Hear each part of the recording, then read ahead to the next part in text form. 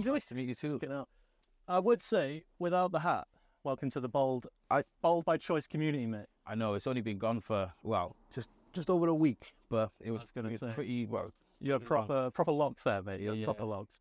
No, to be fair, I've done the same, and it needed to go because my hairline was receding. You had the noble choice. I did it through charity, so fair play to you. I needed an excuse to do it because I've been thinking for ages. You crack on, man. I've been thinking for ages, like it's getting on my nerves, but I needed motivation to sort of take that step. Yeah. So I'm glad that I found it. No, it's definitely a noble thing. And who was the charity again? It was the Little Princess Trust. So they basically they take donations of hair and obviously money donations, and they make wigs for children with cancer. Nice. So it couldn't go to a better cause, really, could it? Oh, definitely not. But it costs £700 to actually make the wig. Am I right to use this? You crack on, man. It costs £700 to make the wig. So I've been trying to do some fundraising. I'm doing all right, to be fair. But yeah, it'd be nice to send the hair with £700 so they can just go straight in with it, and make the wig. It's being used properly then as well. So what made you sort of think towards that charity? Is there or was it solely? I'd heard about it. A couple of people I know, they donated hair. My auntie had donated hair. One of my friends had donated his hair. And I just thought it's just a great cause. And I had all this hair that I was thinking of cutting off, and I thought it's a terrible waste to just sweep it and throw it in the bin when there's 100%. People that could really benefit from it. No, that's great, to be fair. I mean, like you said, it was a big thing because your hair was... It was something to look at as well. Somebody said to me recently, they were like, "Oh, don't cut your hair. That's your identity." I was like, "Is that what you think of me?" I'm literally, to you, I'm just a big ball of hair. No, that's fair. I mean, it's one of those. It's an iconic thing to look at, but like you said, you've got a whole personality behind that. So, no stress. But no, that's great. So, for everyone who doesn't know you, if you want to explain, like, sort of what your path. Obviously, you were part of Astroid Boys, which is No, I'm just a big ball of hair. Oh, that's fair. Man, that's fair. Formally. Yeah. So my name is Benji Wild. I was in a band called Astroid Boys. I am a musician, DJ. I'm an actor. I do lots of things, really. I just keep myself busy. That's the best way. And yeah, to be fair, because obviously we met through Cigars, through on Instagram. And I recognise the name because it was your Welsh cigar culture page. Yeah. It's like curated by Benji Wild. I was like, I recognise that name from somewhere. And then when I saw you, obviously you do a lot of solo things now. And I saw some of the solo songs, I was like, I've done a song with BVA. What the hell? That was mad because I was a massive 4 Hours fan when I was a kid. 4 Hours are great. Yeah. Do you know how that came about, right? So I was at Boomtown maybe 3 years ago, Boomtown Festival. And I was just going through a lot mentally at the time, and I said to him, I'm always going through a lot mentally, but at that specific time, I was like, you know what? I'm going to go home. I felt really inspired. So I'm going to go home, and I'm going to make my debut solo album. I was like, while I'm here, I've got all this access to people. I was like, I might as well, ask a few people that I know if they want to collaborate. Yeah, that's sick, man. Yeah, that's the thing is, when you've got the connections and the passion to do, then you've got the drive for it, and your music itself it's very unique as well. You mix a lot of genres, which I love. Yeah, that's always been a passion for me. So from Astroid Boys, we were well known for melding genres. Obviously, we had a live band, so it was guitar, drums, and whatnot, DJ. But we grew up on grime and hip hop, and so yeah, it's not. We were the first band to combine genres with metal and whatnot. But we definitely were very original in what we created. In a British sense?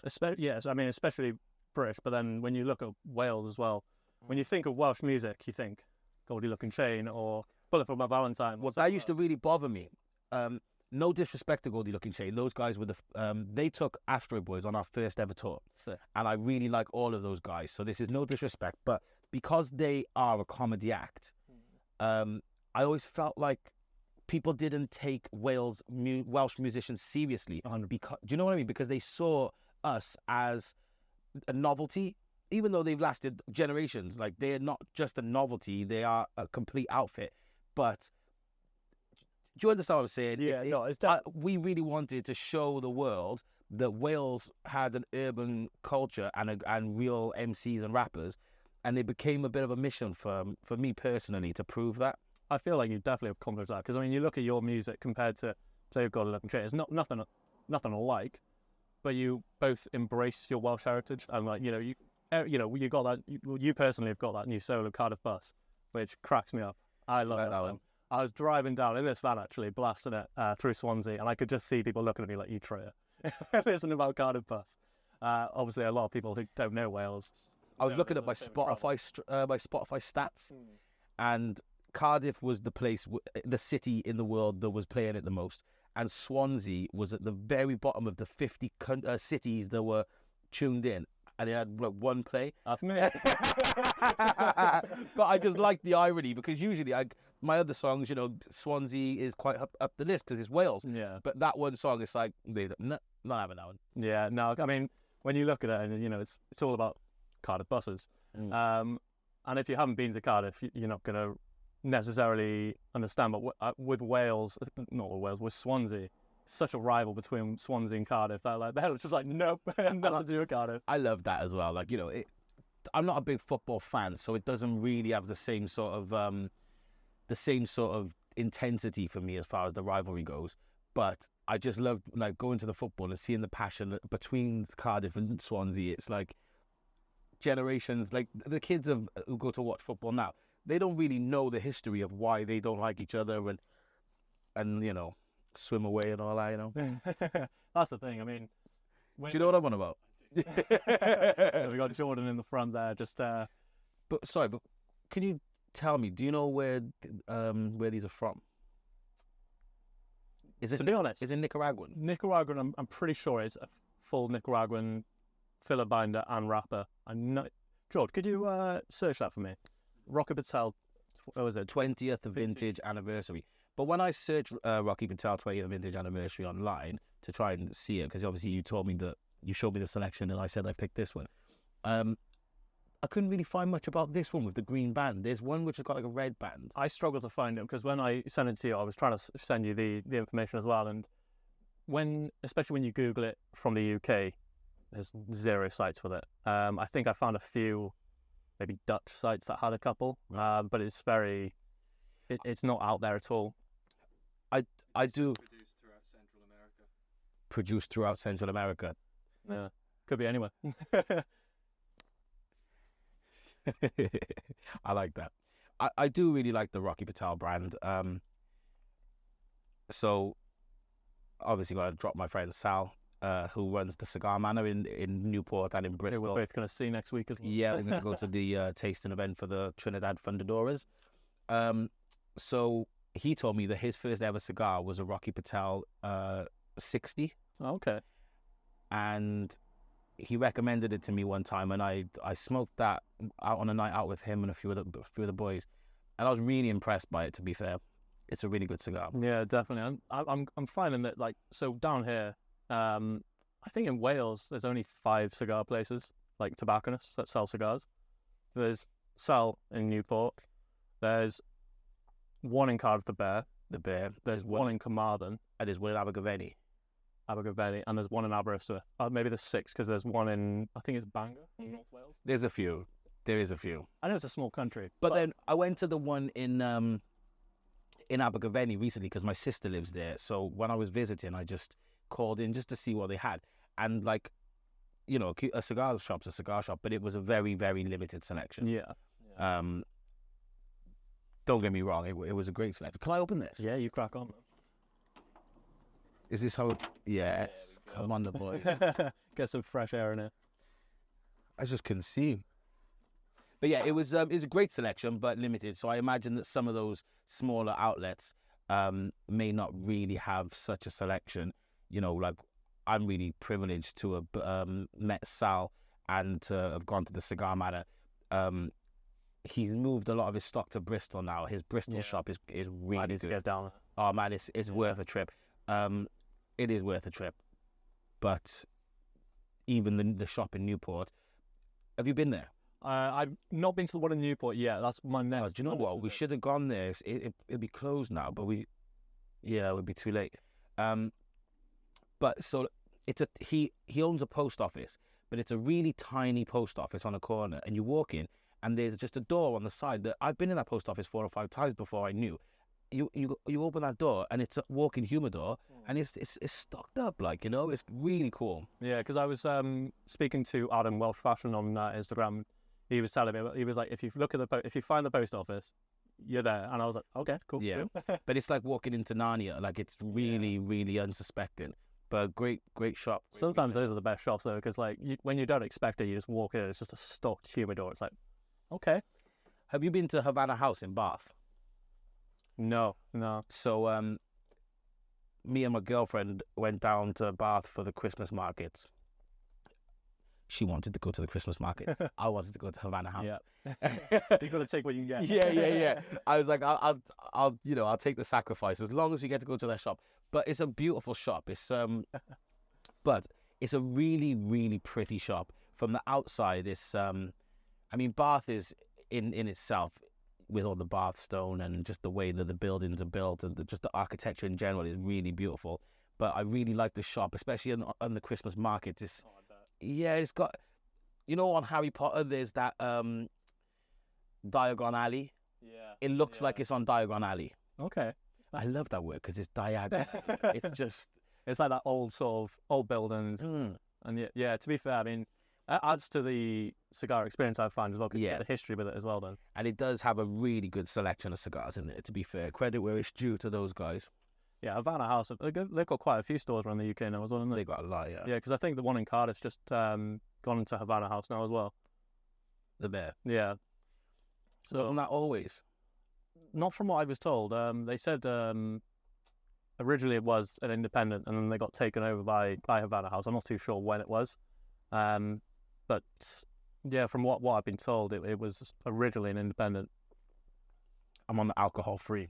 I should have grabbed some alcohol-free, to be fair. Well, I thought in my head you might bring a whiskey or something, and I was like, I thought if we're driving back, I'd better be prepared. I'm just sober for now. That's the best way to be, especially when, you know, I was going to bring my little head flask, sneak a few, but I was like, I will get pulled on the way home. I 100% will. Should we let him drive? You don't drive? What? Look at him. He's a passenger princess and you drive. Can't fault it. But no, to be honest, since I've always loved cigars and I've always smoked them socially. But since really getting into them, and I told myself, while I'm in debt, do not get into cigars because I will get obsessed with them. Yeah. So as soon as I was out of debt, I was like, right, time to get back into debt. So tell me what is it that you're smoking? So this is the KO Flathead. So this is another one sent by the same guy as that. He buys a lot of KOs, and what did he send me? The Columbia the other day, and the Columbia's band itself looked beautiful, but I really liked how that is like. I don't know if you can see that. Yeah, it looks like motorbike handlebars. So that's really cool, but it smokes really nice. I thought it was gonna be a lot fuller than it is, so I'm kind of happy it's not like overpowering. So like, this conversation is one I have quite often, and I feel like a snob saying it, but to me, buying a Cuban makes more sense than buying New World cigars. Okay. I don't mean to throw shade on New World cigars. I don't mean to upset the guys at Tor and those kind of people that back that. But I just think a Cuban cigar to me has something that stands head and shoulders above. For me, it 100% depends on the Cuban. When I first started, I got the H. Upland.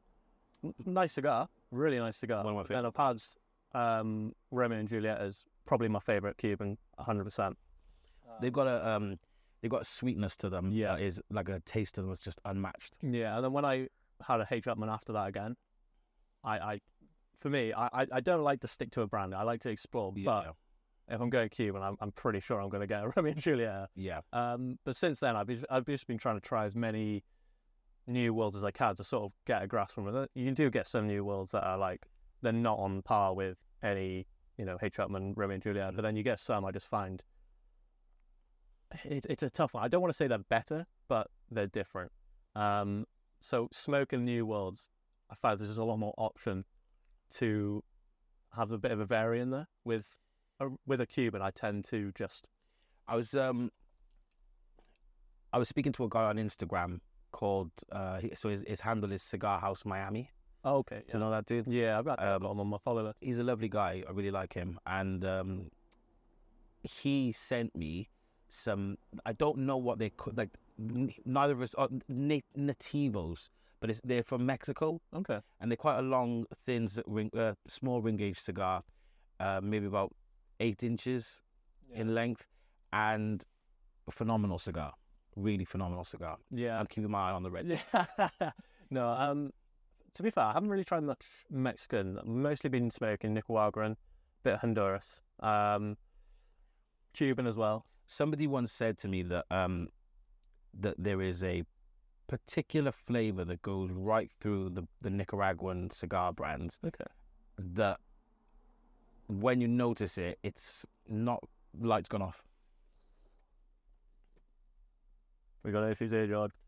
Should be on it, yeah. So somebody did say to me that when you smoke cigars from Nicaragua, there is like a specific taste that runs right through all of the Nicaraguan cigars that is a little bit undesirable once you notice it. And from when I heard that, I can't help but to agree. Okay. You know, different soil, different different climate and whatnot. I get it, but I'm a snob. I really like I like Cubans. That's the thing. I mean, when I first got into cigars, you know, obviously you will always hear about Cubans, especially back in the day with all the drama America had with Cubans. You always hear about Cubans. So when I was like, right, look, to be fair, the first cigar I bought when I was getting into them, I think the first 3 were Cubans. I didn't really know much about New Worlds at all, and that's why I've sort of gone into that exploring of the New Worlds. But Cubans have that The structure, like the build of a Cuban cigar, like this, I could feel is a bit soft at this point here now, right? Now that's fine. I'll still smoke fine. But so in here, I do actually have cigar manner. So I picked up a Zeno and a Hoyo de Monterrey Epicure 2, just because.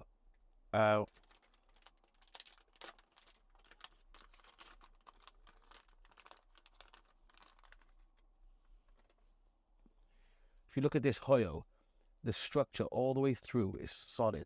I've had an absolute nightmare with the tip of this. I didn't have a cutter because I'm going for a little situation, and I tried to do it with scissors.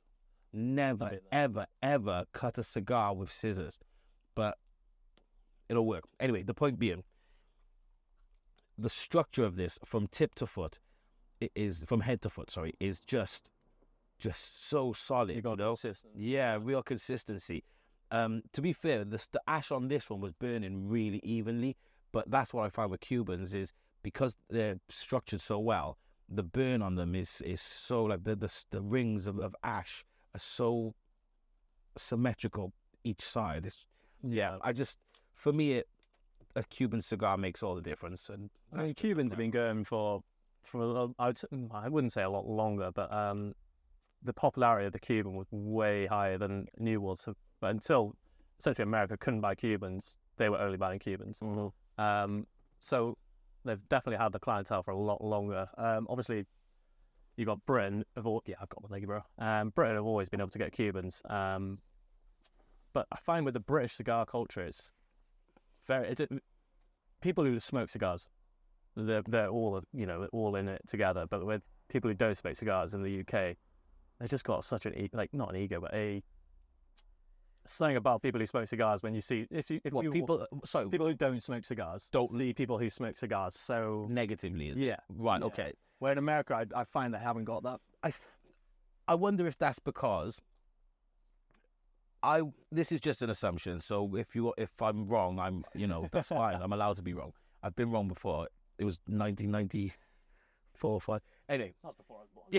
What? No way! Don't say that. Gee whiz.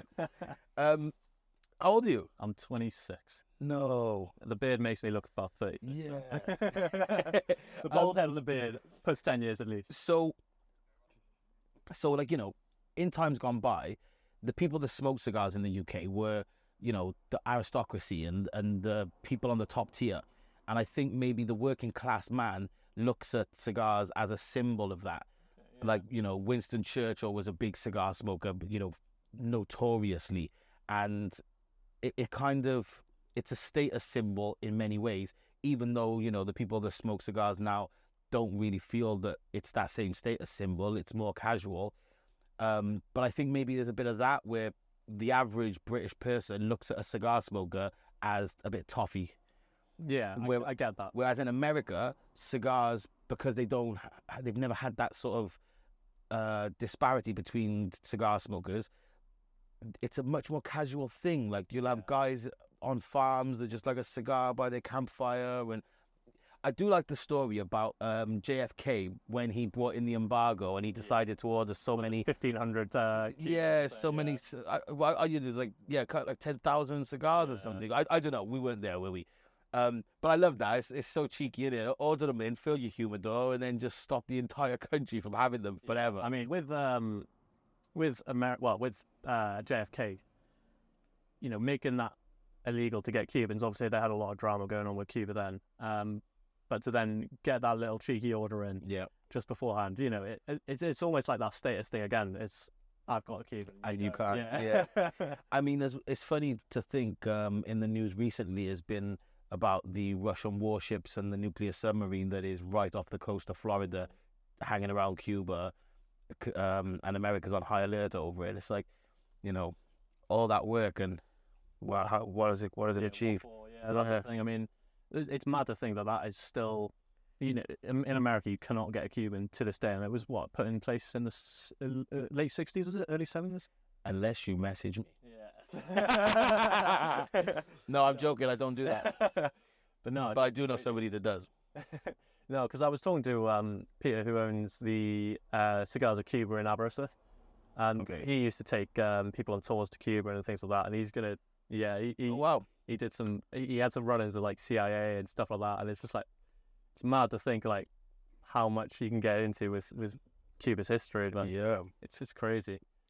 So a friend of mine has been to Cuba, and he said that to buy Cuban cigars in Cuba is not really any cheaper than to buy them here. Really? Which really shocked me. Yeah, because obviously the tax in the UK is massive. Yeah, but yeah, I don't know the reasons, and I wasn't there to be able to say. Wrong, but it could be tourism. Obviously, a lot of people from America are probably trying to get there to get their Cubans. And I also think that so if you live in Cuba, right? So my ex-girlfriend's mother and her partner went to Cuba last year, and they brought me back a bunch of cigars, but they didn't have any bands on them. Okay. But they are, till this day, some of the best cigars I've ever smoked. Yeah. And I think they call them like farm rolls. Okay. And I think the average Cuban person who smokes cigars probably smokes farm rolls. Yeah. Which are as good, if not better, than your Cohibas and your Romeo and Julietas. Which is interesting then, because it's like, just because it's unbranded, you could grow like if you live in Cuba and you've got a garden, you can literally grow decent Cuban tobacco. Yeah. And how hard can it be if you live in Cuba to get the right thing? You got the soil, you got everything there. You're there. I mean, it's weird because in the UK, obviously, you can't commercially grow tobacco, but you could grow your own tobacco for your own personal consumption. Yeah, I know a guy that's doing that. Yeah. I've never tried the tobacco that would be grown here, though, so it'd be interesting to see, even if it was as premium as the UK could get, what the difference would be like there. Well, Sal and I, we were at the Celtic Manor having a smoke, and we met this young guy, and he was telling us that he is growing his own tobacco. He's grown quite a few plants, and he did roll a cigar for Sal and give it to him. But Sal didn't tell me whether or not he smoked it. I did ask him, but I think he was holding on to it for the occasion. But he gave, I don't want to say the guy's name because it's none of my business to do that. But he gave me a bag of seeds, and I did plant them all, and they started sprouting, and I don't know, I just killed them. To be fair, I wouldn't do any better. Unless it's the right condition, even if it's the right conditions, I'll kill a plant. You know, I'm terrible with that sort of stuff. My partner, she might be able to pull it off, but I ain't gonna be able to grow nothing. Yeah, hard work. But so obviously from cigars, you've also gone into winemaking as well. So you made your own wine. So well, in credit, so the guy I'm talking about who grows his own tobacco, he also makes his own mead. And just before Christmas, he said, he's like, pop up and see me, and I'll give you a bottle of mead to try. So I did, and I was inspired. I was like, you know, that's so cool to have a little hobby to do that. So I bought a winemaking kit and just bits and bobs off Amazon, and I did a batch. And you know, when I do something, I like to take it to completion. So I designed labels, and I got them printed, and then I bought the bottles, and I got the plunger. So I literally made a batch of Wild. Well, I called it Bacchus Wild instead. Yeah. The Roman god of wine and debauchery. Okay. So is it? Yeah, Roman god, not Greek. Bacchus Wild, Chateau de Shaftesbury, and I'm due to start my second batch now, really, but it's decent. I should have brought you a bottle, but I have literally got one bottle left. That's all right, mate. I'll let you say that. I'll have the second batch. No, to be fair, winemaking is such a unique process because it does take a long time, and you obviously got to age it. I made my first bottle when I must have been about 5, and I just let that sit until I was my 18th birthday, and me and my dad and my brother all had that on my 18th, and that was just making your own as well. It just adds so much. How did you go about it? To be honest, I can't remember because I was so young. Yeah. I've only made a few since then. Well, I made it was an elderflower wine, and that was pretty. I'm not a white wine guy. I only really like red, but that elderflower wine did hit. I've heard elderflower is a really good wine. Yeah, again, it could be because I made it myself, and you kind of, when you make something yourself, it tastes way better. So I had a 30 liter drum in the kitchen, and it's fermenting. And once it was done and I cleared it, I wanted to let it sit for a few weeks before bottling it. And every night I'd be sat at my laptop in the kitchen, grab the wine glass, have a yeah, you got to try it. Yeah, man, I tried it every night. See how long it takes to get to 30 days. You're like, oh, that's aged well. Yeah, it's gone. Yeah. but no, yes, it's a great little hobby to have. Yeah, definitely. I mean, so obviously since Astroid Boys, you're doing your own music as well now. Have you just sort of you using this time now to just sort of get as many hobbies as you can in your belt? Just do what you kind of want really at the moment. Well, I've had a lot of trouble adjusting to this phase of adulthood. Like, I'm 34 now, and I've sort of accepted that I'm not 22. I'm not signed to a major label. I'm not touring the world, and I'm never going to really be doing that. Not because I can't, because I actually don't want to. Yeah. So for a long time, I was quite lost, and I didn't really feel like I had much purpose. So I've been searching for things to give me that purpose, give me that rush, give me that reason to want to wake up and do, you know. So I'm just sort of searching for myself, but not myself, but for my new self. Yeah. Because we go through phases in life, you know. There's different chapters, and I'm certainly entering, or you know, few pages into the latest chapter. But I like where I'm at right now. It's good. And I really enjoy looking back at Astroid Boys and the memories of touring and the festivals and stuff we did. The other day I went and picked up from my mum's house a bag that I've got full of all the backstage passes that I've ever had. And I've been collecting them for like 20 years. And dude, like, I sat there for hours just looking at them and thinking about what happened that day. Wow. That was a beautiful moment. Are you able to, like, so say you see a Leeds or a Reading festival or anything like that, and you see the date, would you be able to get a memory from that, or does it all kind of merge into one? Well, there's a few that, you know, are hard to remember, but that's probably because of how hard I partied. But not for the most part. If I look at them, the memories come flooding back, and I remember specifics that I wouldn't have remembered if I didn't look at that pass or that, you know, that wristband or whatever.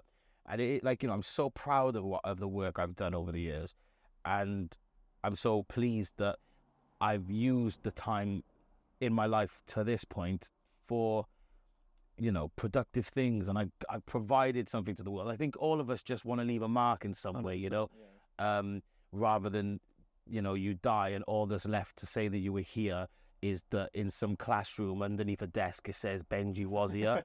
Bit of chewing gum stuff. Yeah, you know. But so I'm really proud of that. You know, also, like, I've got a daughter now. She's 5. I just spent a day out with her. She's great fun, great little personality. And that's another thing that I will leave on this earth when I'm not here. And for me, that's a really important thing. Like, you know, I don't want to be forgotten. I want to be here forever in some capacity. You know, I wrote my autobiography when I was incarcerated. Not because I thought I was important, but just because I thought, what if something happened to me and nobody knew who I really was and how I really lived and how I really felt? And I published it on Amazon, and then years went by, and certain family members decided that they'd give it a read, and some of the things I'd said upset some people that I cared about, and that really affected me. So I took it down, but it's still there, just not public. Yeah. But, you know, I never wrote it to hurt people's feelings. I was being honest, and, you know, the way I might see something may not be exactly the way that they saw it or meant it. But that was just my personal way of telling my story. You know? Yeah. So with the book, obviously getting it from your own mind to the paper, and then you've got that off your chest, but then having someone else read that, their perspective could be completely different to yours. Yeah. And having that, you know, like you said, it might have upset some people, but that's your experience of the time. Yeah, and I'm sure, well, I can't quite remember who. There was a few people in my family, and maybe one or two friends, or like ex-girlfriends, that decided to read, and they were like, "Oh, is that really what you thought of me?" And it's like, at the time, reading something about yourself that you never wrote or said, is I can understand how that's emotionally triggering, but I never meant no offense. And in time gone by, they'll get over it, and they'll realize, you know, just because I wrote that down doesn't really affect who they are. It's just how my perception of that incident or that moment was. Yeah, definitely. I mean, I've definitely had experience like that where I've took something in a certain way that someone said, and they're like, that is completely off of what I meant it or anything like that. So even though it's a small thing, because we all have this sort of self-consciousness where we don't like to feel attacked, or we don't like to be analyzed. Yeah. Do you know what I mean? Or held accountable. Yeah. Yeah. But that's, it's part of life at the end of the day. How are you finding your cigar?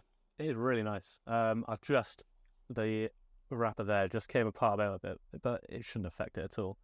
It's really nice, and it's very smooth. I thought, like I said, I thought it was going to be a lot fuller, and it's got that little kick. I don't like my cigars too spicy. I like it to have just that little kick. Like, you know, if you're having a curry, but you don't want to be sweating. Yeah. It's like that nice little kick, just so you know it's there. Okay. How about yours? It's got a very bitter taste to it, but it smokes well, and I'm enjoying it. That's the main thing, isn't it? But yeah, no, I mean, obviously, like you said, you've got a daughter. She's 5 years old now. How have you found, obviously, going from Astroid Boys to where you are now, and then with your daughter in your life now, has that changed your perception on things? Honestly, I found it really difficult. Okay. For quite a few years, I've struggled with the fall from grace. Okay. You know,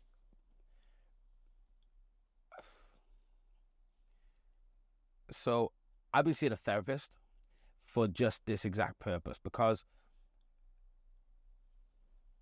I realized that I was tricked. I was tricked into believing that the glitz and glamour and the way that people treated me because I was in a band and because I was famous, that gave me a false sense of self. Okay, yeah. And when that eventually evaporated, and I wasn't getting free clothes, and I wasn't being given tickets and backstage passes to every single event anywhere I wanted to go, and girls weren't throwing themselves at me, like, when that all stopped, it was quite a harsh realization that, hang on a minute, you're not special, you're just a human, but you've been made to believe that you're special. And that's been taking me a long time to sort of come to grips with. Humbling myself. Yeah, that's a big thing, isn't it? Yeah, I realized that for a long time, up until the last few years, I wasn't very humble.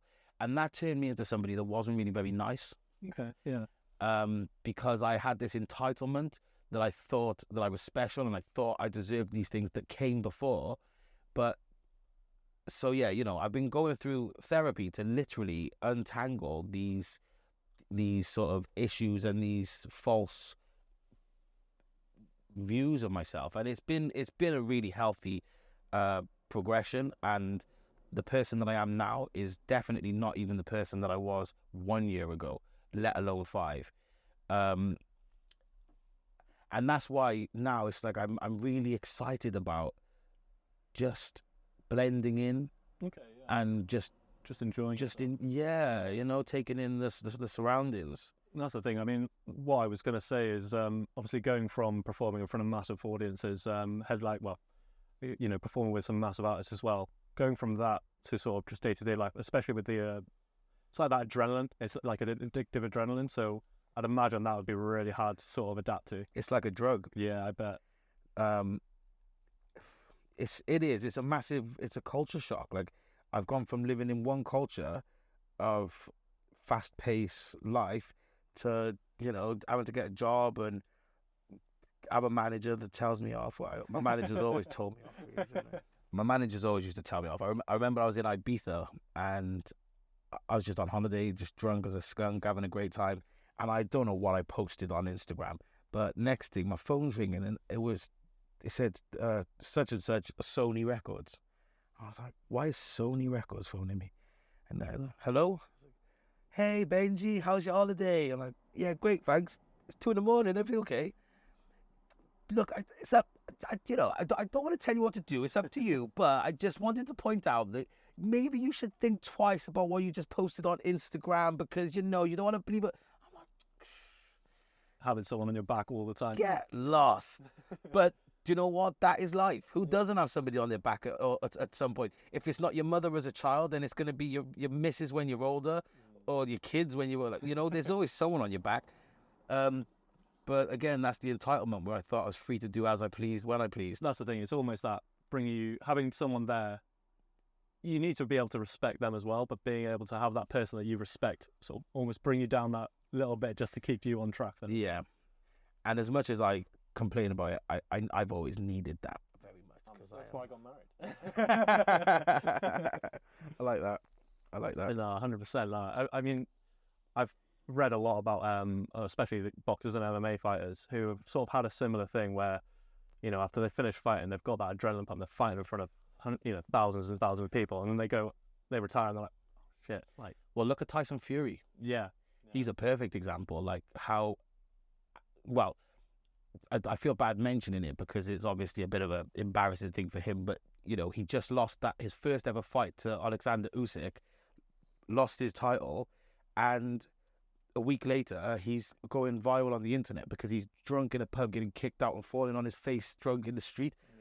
Like he goes through all those highs, and he's such a good showman and such a good boxer, and then when the show's over, the depression slumps him. And that's just one example of how it can happen. But this is why, anybody in the entertainment industry, they're all drug addicts, and they're all depressed, and they're all anxious, and they're all stressed. They are the most troubled people. Yeah, I mean, I've always said, if I ever got to a point where I was maybe not a household name, but even less than that, I would struggle to cope with just that attention all the time. No, the attention all the time is not the problem. That's the fun bit. It's when it disappears. Send in the cloud. Yeah, no, I definitely, I know 100% I would not cope with it well. What's your plan to get famous then?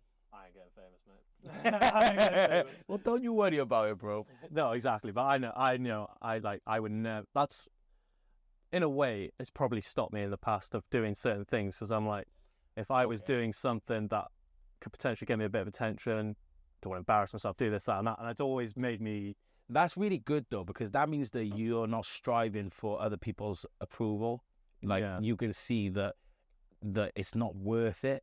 Yeah. Whereas, for what, I won't go down this road because this is my therapist's job.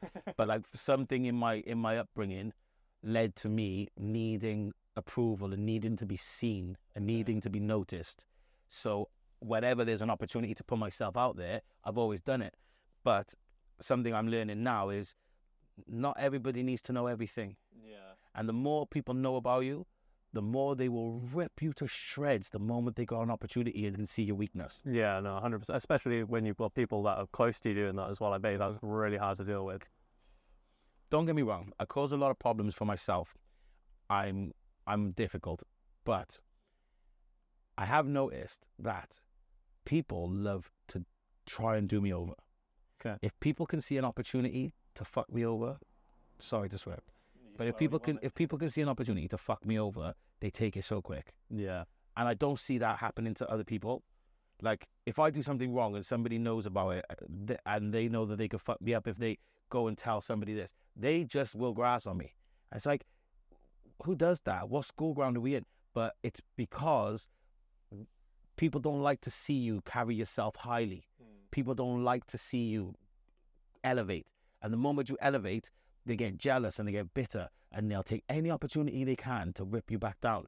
And that is the crabs in a bucket attitude. Do you know what I mean by that? Yeah. You know, if there's a bucket of crabs and they all want to escape, well, as soon as one gets to the top, rather than like let him put, the others will rip him back down. Yeah.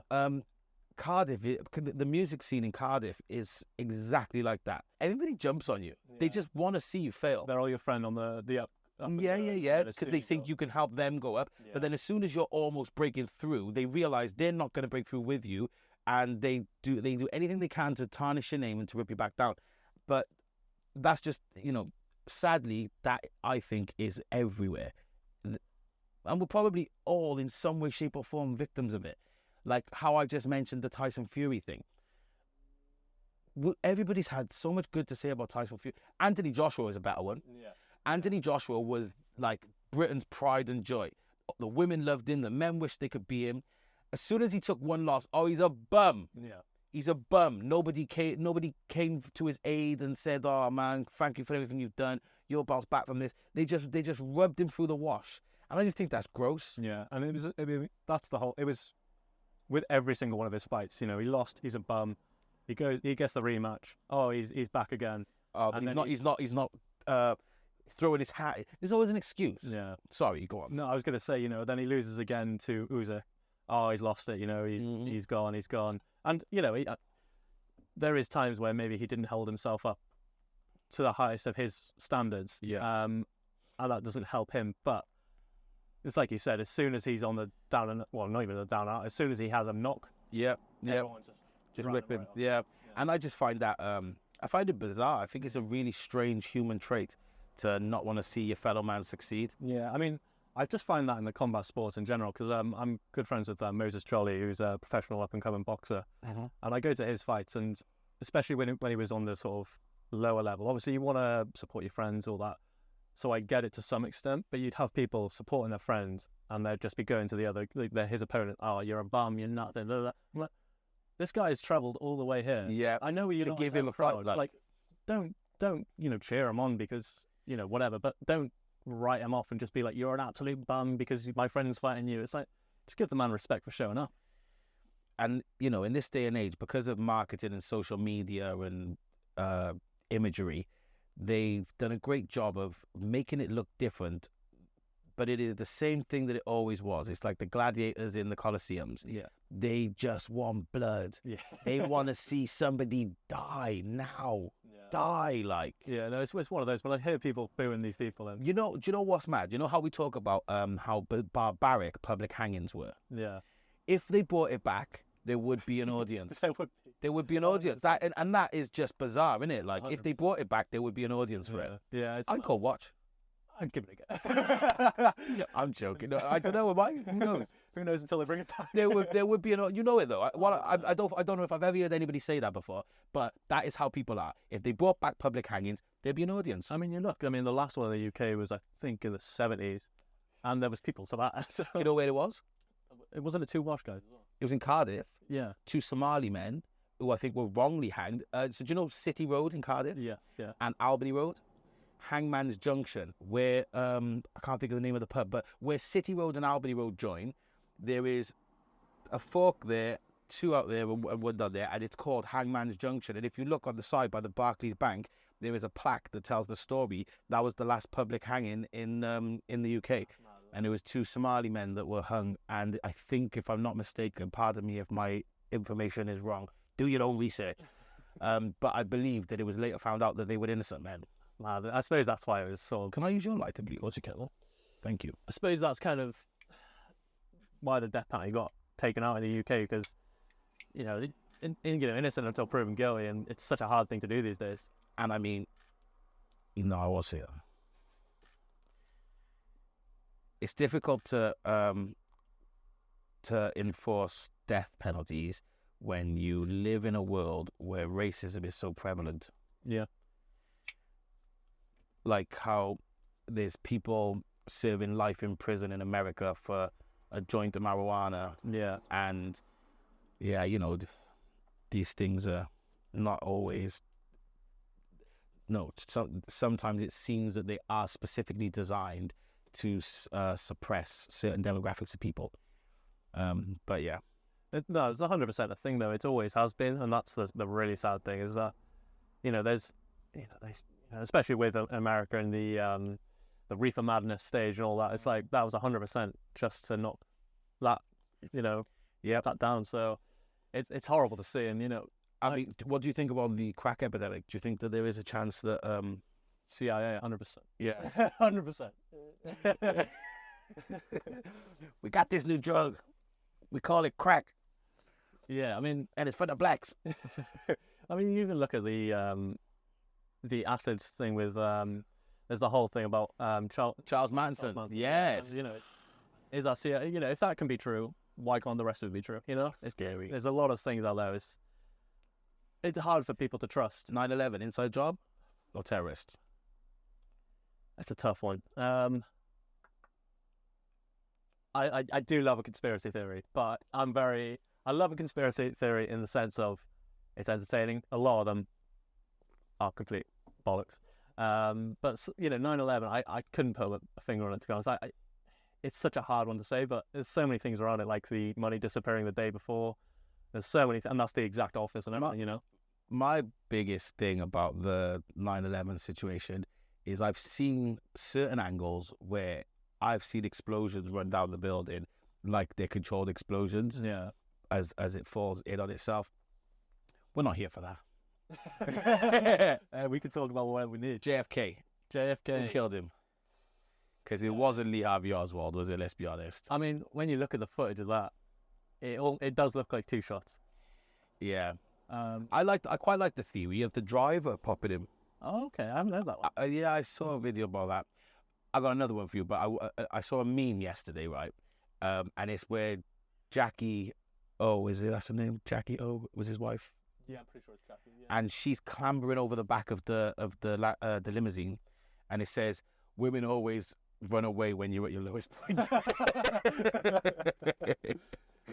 Oh God. Yeah, I mean, there's a whole one of the main obviously we've got nothing to do with American politics or nothing like that. We've got no say. Which is why this is fun. This is fun, but I would love for Robert F. Kennedy Jr. to win and leak those files. That would be amazing. I thought that if he did get in, he would have access to things that were to do with that. Be very interesting. I mean, there's the fact that he's obviously his uncle, in that sense, and then his dad as well was also killed. Yeah, was obviously killed, and it was all around the same sort of topics as well. Obviously, we've spoken about Cuba, and a lot of it's to do with Cuba as well, which is mad to see. And I would love for him to leak those files there. I really like that dude. I mean, I don't think he stands an awful lot of a chance now, does he? But from what I've read, it's one of those. If Trump dropped out, he would win because he's already beaten Biden. Right. But then Biden dropped. So essentially, he's taken all the votes away from Biden, nothing much from Trump. So it's one of those. It'd be an interesting time. So do you think Trump might have another round? From what I've seen, I think it wouldn't surprise me. I don't see how Biden can run. I don't think it's surprise another run. So my last one because I'm not interviewing you, by the way, you're interviewing me. But my last one for the conspiracy theories, right? O.J. Simpson. Okay. I watched a documentary video on YouTube, and I was sold. His son did it. Okay. His son. So look at the video. Look up the video on YouTube. O.J. Simpson's son is the killer. Makes sense why the glove didn't fit. Yeah. But also, his son was a chef, and his clocking out card from his job was falsified that evening. He also had chef's knives that he'd often carry in his car. Yeah. And when they went to arrest OJ, he's seen looking nervous, walking away. Oh, there's a lot, man. There's a lot. It makes sense why he never. I mean, he obviously didn't plead guilty, but he also didn't try and. And his son apparently was quite obsessed with, I forget the lady's name who was murdered. Because that was it was OJ's ex-wife. Okay. And she had a new man. But apparently the son was really into her. And I don't know. Just interesting. Go watch it, honestly. I'm definitely going to have to give that a watch. Like, I love conspiracy theories a lot. And, you know, some of them are just fun to watch. You see the Flat Earth, Flat Earther? No. Thank you. Although I don't believe the moon landing happened. I'll give you a couple of key reasons. Firstly, how did they radio back to Earth from the friggin' moon live when they didn't even have Wi-Fi? And you literally, at that time, look at the technology they had. That's the first thing. How did they radio back? There's a camera on the moon watching the ship land on the moon. Who set up the camera? And the other thing is, we are in an age of technology now that is ridiculously superior to where they were then. Why can't we go back? Their answer is, we destroyed the technology. That is nonsense. Yeah. That is straight grade A, fresh off the farm bullshit. Yeah, I did see someone talking about the radiation between, so once you get into the space, you've got the that Van Allen belt. Yeah, and the fact that our technology now would not be able to get through there. So it is an interesting sort of concept. It's like they're trying to tell us that they swam from Swansea Bay to Australia, or they rowed from Swansea Bay to Australia on a rowing boat or on a canoe because they didn't have ships yet. Like I just think it's nonsense. One thing I will say about that is when people look into the falsity of the moon landing, there is a video that's online where it's Stanley Kubrick on his deathbed admitting it, but that's false, that's fake. That's not Stanley Kubrick. I can't remember the guy's name, but he was a well-known actor or something, and he looked a bit like Stanley Kubrick, and he did it as a joke. Okay. But people are accepting that as fact. Yeah. But no, I'm not buying the moon landing for a second. For me, I think if it did happen, 100% they falsified a lot of the images. Yep. They still do. Yeah, they 100% do. I mean, people say, it was before Photoshop. If they could get to the moon, they can dock a photo, you know. So for me, I think I'm at the stance that they did go to the moon, but a lot of the footage and photos were all fake. Mm. But you just never so you know. do think they went to the moon? What do you think they did there? I want to think they did. What do you think they did when they got there? Why do you think they went there? What was that's the thing, when they landed and they spent however long on the moon? What do you think they did? That's the thing. I mean, they say experiments, but there's only so much you can do with a bit of experiments on what? They were in these big suits. Their gloves couldn't barely pick up nothing. Yeah. Like, do you know what I mean? Like, all they could have done is gone there, scooped, and flown home. Yeah. Like, what else could they have really done on the moon? It's mad, isn't it? You really. I've watched a fair amount of videos on this, and I've always kind of gone with that stance of,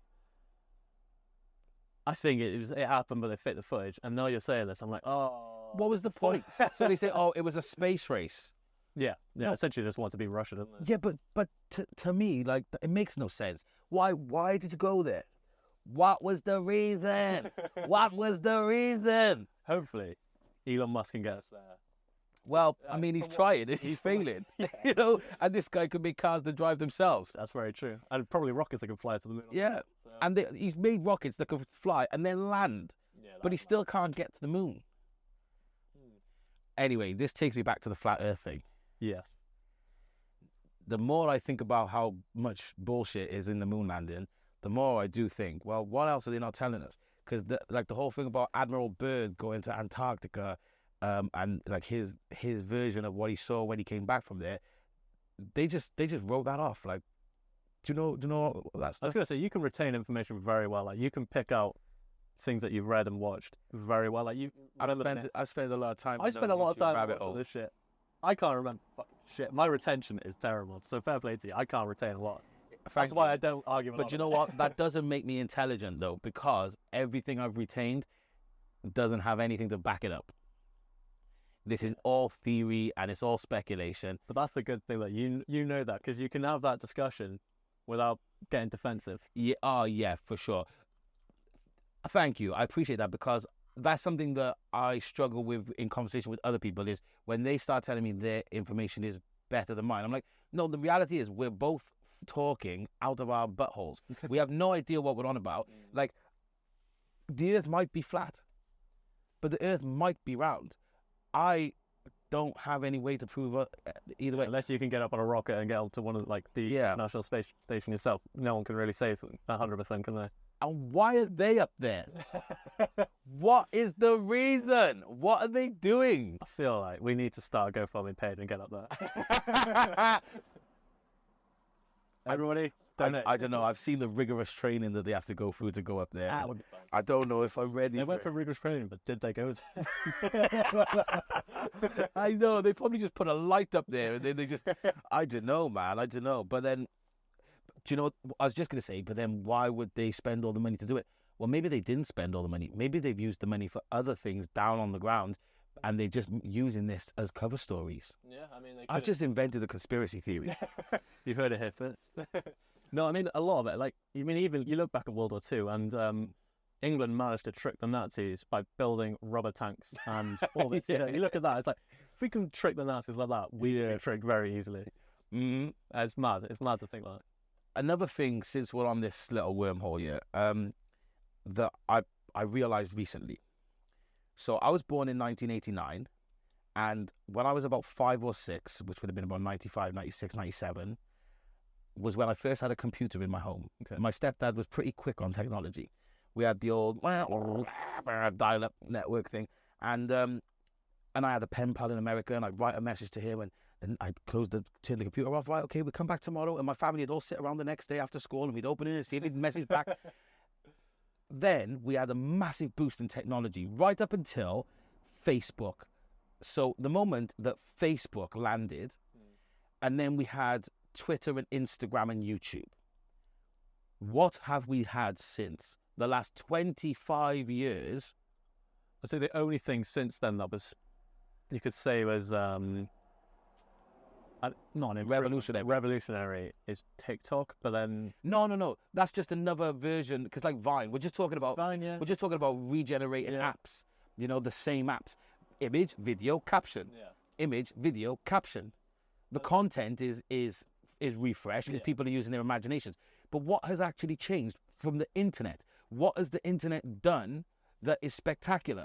I can't even set my favorite song as my ringtone, as my wake up alarm on my iPhone. I know, that's crazy. Do you know what I mean? So how have we progressed in the last 25 years, technology wise, in the general space? Yeah. Okay, you know, AI is brilliant, but what is that really good for, other than making memes of things that didn't really happen? That's one thing. I think it was it was actually you know, when Elon Musk did the AI meeting in London. So they had this AI, I think it was Google's, I can't remember 100%, but they were typing in the questions like, oh, you know, ask this, ask that, and it was coming up with good answers. Put in the moon landing, and it said it was 100%. Oh, they asked if the photos were docked, uploaded the photos, and it said it was docked. Putin laughed about it. Yeah, I've seen that. Yeah, that's mad. Yeah, and I'm not surprised he laughed about it, because if they said it was a space race and America won, and Putin's like, we weren't in a race, I wasn't going there, or they weren't going there, whoever was in charge at the time. But I see he's been in power for a long time. Yeah, he's been in. But I think Russia's done all right. I mean, that's the thing. I mean, when you look at, obviously, I've never been to Russia. I'll put that out there. But you get all this propaganda against Russia and all this blah blah blah. And yes, I don't think they're classed as a communist country anymore, but they basically are, from what we get told. But then you hear people who've been to Russia, like who was that interview recently? Who did the Putin interview? What's his name? Not Piers Morgan. No, basically someone like Piers Morgan. Though. God, I can't. It's like the American. He was on Fox and all that. I know what you're on about. Yeah, that guy. So he went over. He was saying like he's surprised how clean it is, how well built everything is. And, you know, obviously a lot of people can say that's through the people. They've sacrificed loads to be able to have that. But how much of that is propaganda? Yeah. like we get, it's all anti-communism and all that. I'm not a pro-communist or nothing. I have very little political views because I'm too stupid. But you get a lot of this propaganda. It's like, so I saw a funny thing. Somebody on the internet was spitting off facts, and he said to the guy that was interviewing him, he said, "Could you make a guess how many people in Russia in the last year or in the last 5 years have been arrested for things that they said on the internet?" And he made his guess, and I think the guy said it was in the 300s. And then he said, and the guy was like, "Oh God, crazy." And he's like, "Do you know how many it is in Britain?" And it was something like 15,000 people have been arrested for things that they wrote on the internet. Yeah. I mean, we are... Those numbers are completely out. Do your own research. But it was a lot more. But it's, like in the UK, so many, especially over lockdown, so many people were arrested for having opposing views to the government. There's something not right about that. I mean, the UK is one of, if not the most surveillance countries in the world right now. And you look at it and, did you see that? We're living in poverty, bro. Do you know how I know? Because when I was a kid, I never had Sky TV. That was good. I was waiting. You had me there. Yeah. Oh, I couldn't believe when I saw that. So but I mean, again, go back to COVID times, and there was that illegal rave happened in the Bracken Beacons. Yeah, I remember. And they got fined like 10,000 each. Yeah. And then literally probably the same date, within a week, they're partying in Parliament. Yeah, what is going on? Crazy. But Partygate. And once that had come out, I would have hoped. And no one's going to be punished for that. No one's been punished for that. Oh, he's not there. No one's been punished for that. And I would hope with people like, that illegal rave, they would at least get refunded. If they're not going to get fined or punished or anything like that, why should the general public? And it's such a horrible thing. It's disgusting. It really is. And I don't know if I want to go too far into the COVID thing because I don't want to get locked up. But I did see the other day that Anthony Fauci has admitted that he literally invented some of the rules and regulations for COVID just because it just made sense to him. Like, who are we listening to? The who? The who? The World Health Organization. Who? What? Where? When? Why? They're trying to blame our generation.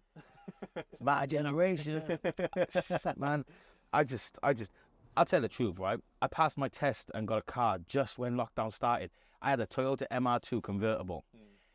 3 months at the beginning of lockdown, I didn't see a police car on the road. I didn't stop for a red light, and I didn't take my foot off the accelerator, right? I was going sideways round roundabouts everywhere. I couldn't care less. I didn't stay in once. Parking tickets and speed awareness. Come and get me. Come and get me. Come and get me. Prove it. Prove it to the court of law. No, 100%. I mean, I suppose, fortunate and unfortunate. I moved to Swansea the week before lockdown. Unfortunate. Sorry, bro. But so I literally moved into my flat, and then I just got a job, and I think I broke your camera, man. You've killed him. But no, I moved there, to Swansea, got locked into my flat, and I just got a job. So they were like, "You haven't been here long enough. You can't go further." I was like, "Fuck." Fuck. So I ended up working in care. I was working with autistic children for years, and it's a silver lining. I love the job, love the people. Good paintings. Did you get any good? I got some good paintings. They're on my fridge still. Wait, artistic children, autistic, close enough. Same thing. No, same thing. I like that. Silly joke. I always used to say that to my friend. Like he was, when we were in school, a younger person, could make these jokes back then. He'd be saying to the teacher, "Look at my painting, I'm really artistic." I was like, "You're autistic, bro." You're autistic.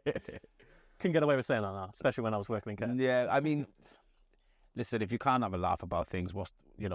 I've always said the same. I care so much about people who have difficulties and differences. I really care, but the people with them, well, not all, but some of the people I've seen with the best sense of humor are disabled people, because they realize, what else do we do? Like, I had a weird experience. So, have you ever heard of the Dwarfinators? So it's dwarf wrestling, and they came to Swansea. I was like, I got to go to this. And there was it was the Dwarf Association sort of people who were trying to get this shut down because they were calling it a freak show. And I was like, you were calling them freaks for doing something they like. Like, Yeah, you're going against the organisation. I saw an interview with I forget his name, but he's a dwarf fella, and he's a really famous actor. He's been in loads of things, and he was put on a show where a man that wasn't a dwarf, but was a bit of a social justice warrior, was saying that it was offensive to call the Snow White and the Seven Dwarfs, I think it was something like that. I saw he was in Piers Morgan. I think That's right, yeah. And they didn't want to cast all dwarves. There was something going on, and this guy turned around and said, if you don't cast dwarves for Snow White and the Seven Dwarfs, and you cast, what's the opposite to a dwarf? A giant. Like, I don't want to say a regular size person, but a person who isn't a dwarf. A fully able person. No, because dwarves are able. Yeah, that's true. Just somebody who's not a dwarf. Yeah. If you cast people that are not dwarves, and you do that intentionally to not offend dwarves, then those dwarves are out of work. Yeah, 100%. And this is what, because I made a post about because most dwarves, sorry to interrupt you, that's fine. but most dwarves dream of eventually making some money off doing a West End play of Snow White and the Seven Dwarfs. Yeah. Because otherwise they're not really getting cast in much. Yeah, no, 100%. Because when this whole thing with Dwarflet was going on, they were making a massive fuss about You're it. supposed to laugh at that, because now it doesn't seem like it was a joke. I'm going to cut it so it's not a joke. But no, these people were like gunning at these dwarfs who were coming from America to do this show as well. And they were saying, it's a freak show, blah, blah, blah. I'm like, you number one, you're saying they can't have an income then. Yeah. For something they love doing. Number two, it's taken away, like, are you saying the Special Olympics is a freak show? It's to celebrate, if anything. Yeah. And you might get a few dickers there who just have a laugh. So, on that topic, there was a club in Cardiff. Was it Jumping Jacks or... It doesn't matter. There's a club in Cardiff, and on a Tuesday night, they used to have dwarf throwing night. I shouldn't laugh at that, but yeah. But they did. That's Eventually it got stopped. But for years, people would go there to get drunk and get the opportunity to throw a dwarf who was wearing Velcro onto a Velcro board. Wall Street stuff. Yeah, but it was dwarf throwing night on Wednesdays or whatever. Like, that was a real thing. But the guys who were employed to do it, they were making money and they were having a laugh. If they didn't want to be there, they weren't being forced to be there. No, that's cool, man. It's one of those. It's like, as long as people laugh at me for so many things, but if I was a dwarf, they'd laugh at me for being a dwarf. Now they laugh at me for being fat. If you slam in the gym, mate. If you slam in the gym, I gotta slam the gym, otherwise I'll be fatter. That's my excuse. My weight fluctuates so much, but to be fair, you've been hitting the gym like two times a day at least. I've been going for a breakup. Yeah, but I did lose my weight through a breakup. To be fair, it'll do that to you. It'll do that to you. Yeah, no, that is a fair point. But no, I mean, I play rugby and I like to train. How long have you been playing rugby? Because you've obviously quite into that at the moment. I used to play when I was a kid. Yeah. I actually stopped playing around the time that I got into music, and then about a year and a half ago, I was in the gym, and the guy come over to me and he's like, "Oh, do you play rugby?" I was like, "No." He's like, "Do you want to? Like, you look like you could play rugby." I was like, "Not really." I said, "Go on, come training with us," and that's how I started. Yeah. So I played the season with them last year, but my body was in tatters, to be fair. But we're getting closer now to pre-season training, and people keep saying, "You're going to play again? You're going to play again?" I'm like, probably. It's just nice to have something to do, like challenge yourself, and the camaraderie of being with a bunch of boys 2-3 days a week. Playing with a team, or like even with martial arts, is a massive thing, because like especially with men these days, they kind of get berated, or you can't be a man who's proud to be a man anymore. Yeah. Just having like a sport to go and play, like I do jiu-jitsu at the moment. Okay. I was doing a lot of boxing, kickboxing, all that, but at the moment my back was in tatters, so I was like, jiu-jitsu is going to stretch me out. Yeah. And even though it's I suppose an independent sport, you're playing as a team. Having the other guys in the gym is essentially having a team. Yeah. You support each other, and you don't get that in your day-to-day life unless you do these things, which is a massive, massive thing, I think. Yeah, I agree. I think, just having that social sort of aspect of it. Like, I had my rugby presentation recently, and there was like 40, 50 boys that all play for or surround our team, and we were just all there having a good drink, celebrating just a year of sacrifice and hard work together. Oh. And that was a really special day. I really enjoyed that. I bet. And I got a medal. Yeah. Was it a participation medal? Yeah. Oh, that's even. Actually, I got a medal and a little trophy, both for participating. I ain't got none. But that's, to me, participating is succeeding. Yeah. Yeah. No, 100%. I mean, like I said, if you haven't got that camaraderie, I mean, that's another thing cigars do. I find you can smoke a cigar on your own and just sort of, it's almost like meditation, or you can go to these events, meet new people, and it's a massive thing for socializing, I think. Yeah, it is. It is, and it's we're having a bit of a gas and whatnot, but it is a much more sophisticated outlet. When me and the boys go for cigars, we make an effort and we go to a nice place and we smoke. And my brother recently said to me, so I'm one of 10. Okay, big family. Yeah. And my dad was busy, and I'm one of 10, and we've all got different mums. Okay, yeah. Busy guy. Well, except me and my little brother and sister through my mother. Obviously, we have the same mum. They've got a different dad, but all the rest, we've all got different mums.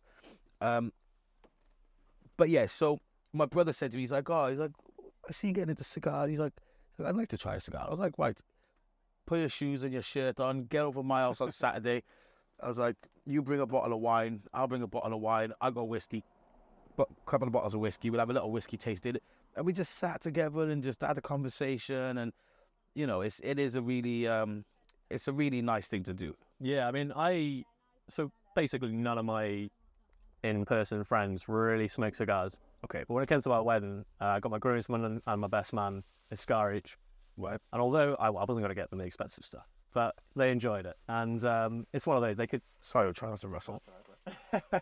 Non-alcoholic. Get your bottle over. Thank you.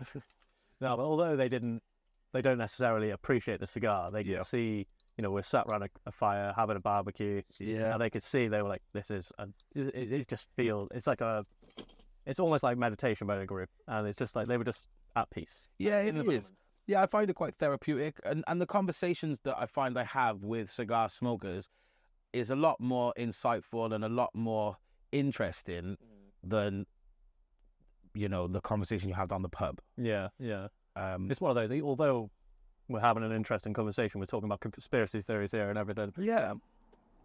Even though we've got a cigar, we might be having that conversation, but having that, I find it mellows you down a little bit.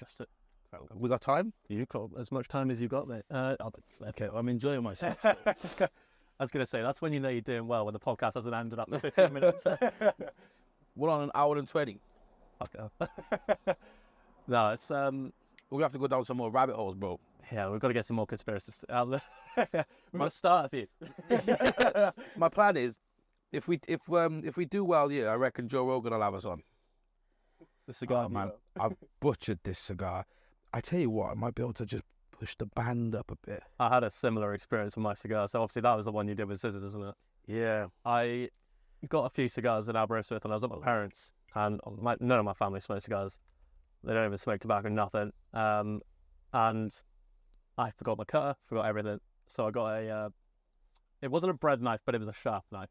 But it still butchered it. Oh. Yeah. Luckily, it wasn't like a rare or, cigar that I would have only tried that the one time. I wouldn't normally do that, like try and lick it down and wet it at the end. But I've got to figure this out. Right. All right, let's go. Yeah, sorry. I'm so bad for interrupting, bro. Please accept my apology. Don't.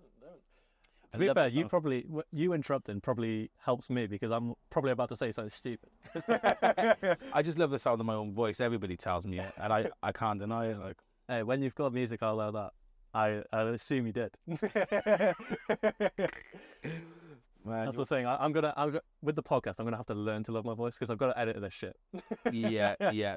Well, not many people do like the sound of their own voice. Most people, if you record their voice and play it back to them, they'll cringe. Everybody. Yeah. I have. But me, I'll sit in the kitchen for hours drinking and smoking and listening to my own songs. Just recording to yourself. Well, yeah, I guess. Oh, that's the thing. People are going to slay us for using those on this podcast. Man, I got a really good torch at home, but it's at home. And anyway, the cigar smoke. Exactly. I had this. I got this from my brother the other day, and I went to use it today, Right. and I was like, shit, it's out of gas, and I didn't have time to get gas.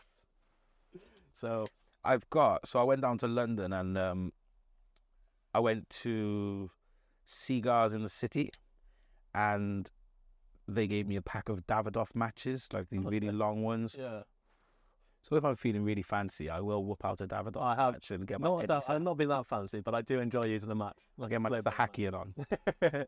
How did you find the Seagull shop? Because that was one place I wanted to go. Really cool. I was down there just for a little trip with the missus, and I was going to try and go to Davidoff and go to all the others, but we went to this exhibition, and on the way back to the hotel, we were walking, and I accidentally found Cigars in the City. Yeah. I looked in the window, I was like, oh, they got whiskies here, and I was looking, I was like, what's this? Cigars? I was like, okay. But so Cigars in the City, it's a whiskey shop, mainly, like it's mostly whiskey, but then they've got a big humidor. But the staff there were lovely. They got great cigars. I did go to number 6 Cavendish. They've got some brilliant cigars.